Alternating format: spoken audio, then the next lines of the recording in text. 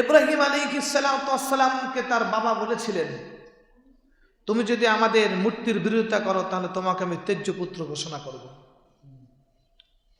ইব্রাহিম আলাইহিস সালাম বললেন, তুমি তেজ্য পুত্র ঘোষণা করো, যা ইচ্ছা তাই করো, আমি এক মালিককে ছাড়া অন্য কারো কাছে মাথা নত করতে রাজি না। সব মুশরিকদের বিপক্ষে আমি ইব্রাহিম খলিল একাই আছি, আমার সাথে আছেন কে? আল্লাহ। হযরত ইব্রাহিম খলিলুল্লাহ মুসলমানদের জাতির পিতা। পৃথিবীতে সর্বপ্রথম চুল দাড়ি আগে কোনো পয়গম্বরের পাকে নাই, কোনো মানুষের পাকে নাই। সর্বপ্রথম চুল দাড়ি পাকা শুরু হইল ইব্রাহিম আলাইহিস সালাতু ওয়াস সালামের। কার? আমার আপনার জাতির পিতা ইব্রাহিম আলাইহিস সালাতু ওয়াস সালাম। কি বলেন, ঠিক কিনা? নাকি বঙ্গবন্ধু শেখ মুজিবুর? জাতির পিতার নাম কি? ইব্রাহিম খলিলুল্লাহ। শুধু আমার আপনার না, যত মুসলমান আছে সমস্ত মুসলমানদের জাতির পিতা কে? ইব্রাহিম খলিলুল্লাহ। মিল্লাতা আবিকুম ইব্রাহিম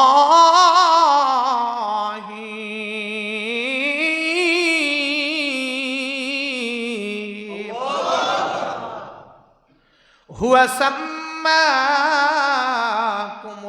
মুসলিমিন।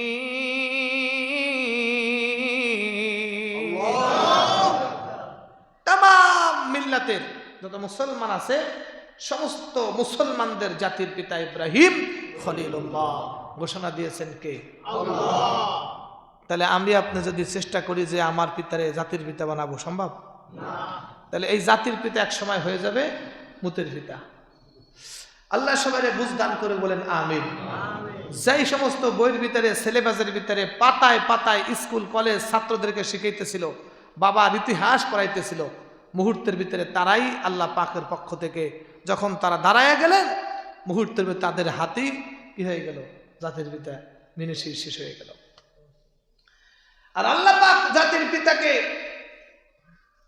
আজকে থেকে আরো ৬,০০০ বছর আগে ঘোষণা করেছেন মুসলমানদের জাতির পিতা হিসাবে। আল্লাহ পাক রব্বুল আলামিন উম্মতে মুসলমানদের জাতির পিতা ইব্রাহিম খলিলুল্লাহকে পাঠাইছেন।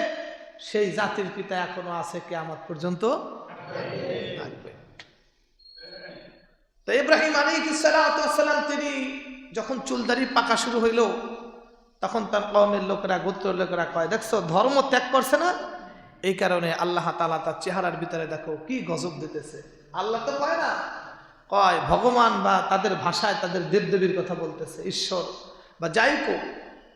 ইব্রাহিম আলাইহিস সালাতু ওয়াস সালাম যেই দেশে বসবাস করতেন ওই দেশে ছিল হলো যে আপনার সুনানি ভাষা। তো ওই ভাষায় তারা যেভাবে বলার তারা বলতেন। তো এই যে ভাষায় তারা বলতেছেন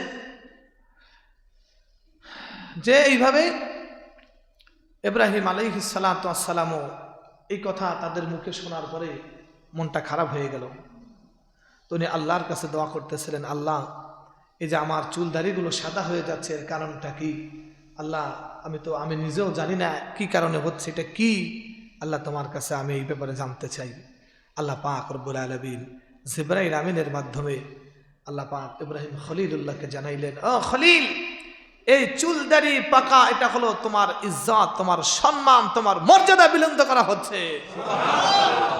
সঙ্গে সঙ্গে ইব্রাহিম আলাইহিস সালাতু ওয়াস সালাম সিজদায় পড়ে আল্লাহকে বলেন, আল্লাহ তুমি আমার সম্মান ইজ্জত বুলন্দ করতেছো, এই চুল দাড়ি সাদা হওয়ার কারণে তুমি এই সম্মান ইজ্জত আমাকে আরো বাড়াইয়া দাও।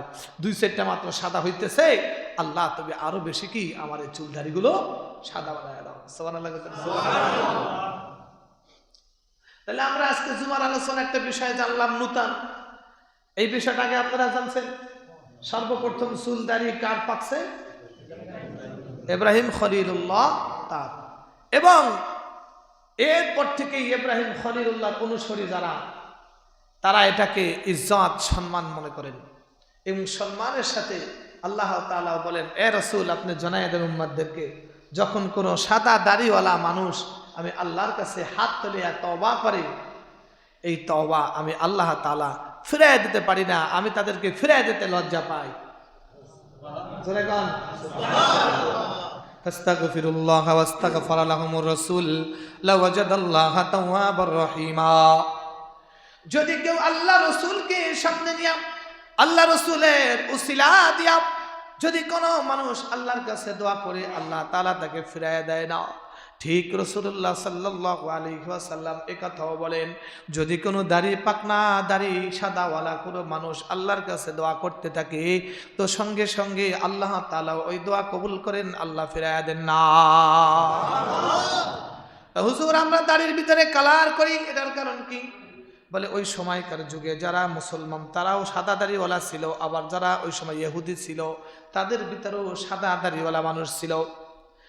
কে ইহুদি আর কে মুসলমান পার্থক্য বোঝার জন্য আল্লাহ রাসূল বলেন, যাদের দাড়িগুলো সাদা আছে তোমরা দাড়িগুলোকে লাল বানাও, কালার করো, মেহেদি লাগাও, এটা লাগানো জায়েজ আছে। এই জন্য আল্লাহ রাসূল সাল্লাল্লাহু আলাইহি ওয়াসাল্লাম তিনিও দাড়িগুলোকে লাল বানাইছে, মেহেদি লাগাইছে। যদি কেউ রাসূলের এই সুন্নাত মনে করে এই দাড়িগুলোরে লাল বানায় তো সে একটা সুন্নাতের আমলের উপর উঠে গেল।